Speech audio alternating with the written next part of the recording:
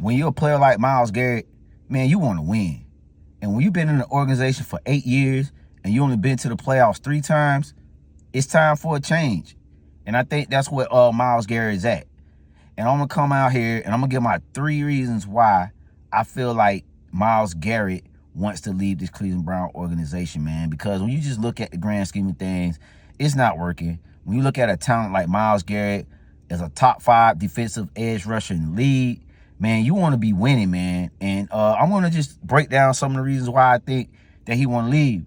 Number 1 on the list, playoffs. I mean, these guys, since he's been with the Cleveland Browns, they've only been to the playoffs 3 times in 8 seasons. And they only got 1 playoff win, and that was against Pittsburgh Steelers. When you just look at the way this team is being used and they're being playing, I mean, this defense is lights out, man. They've had probably a top 10 defense with Myles Garrett being on this team pretty frequently, man. And it's not being used real good, man. So when you just look at that, man, just the team building aspect is like, and which is going to lead to my next one, which is number 2, is the quarterback position, man.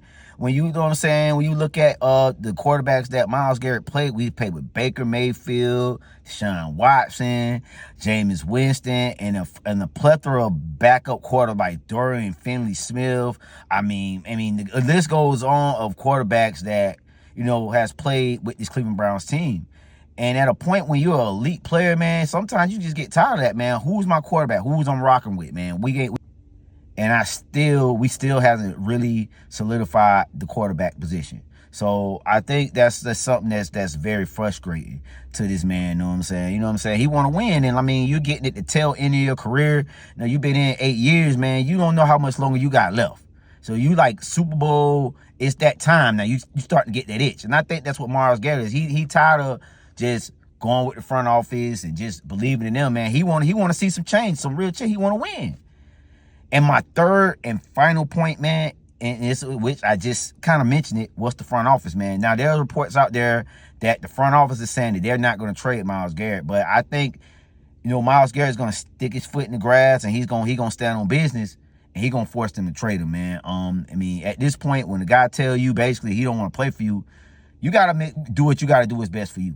And I get it. You want to get the best deal, but the longer you hold on to a player, a lot of times in most of these situations, you never really get the full return. So it's best to try to, you know, why the players telling you, I don't want to be there, to try to find a deal that makes sense, man. So those are my 3 thoughts, man, about Myles Garrett. It's unfortunately that, hey, man, you guys are about to lose a elite player, Cleveland, man. I'm telling you. But my early front runners, and I'm going to give the playoff teams that I think that can use Myles Garrett. On the NFC side, I think the Commanders can use him. I think he can really solidify that defense. And if you look at a team on the AFC side, I think a team like the Bills who can use him. You got a guy like Von Miller who's getting a little bit older in age. Maybe you guys can, you know, release that guy, and you bring in a guy like Myles Garrett.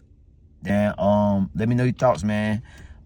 You know, where you think Myles Garrett goes, and then you think that Myles Garrett is doing the right thing.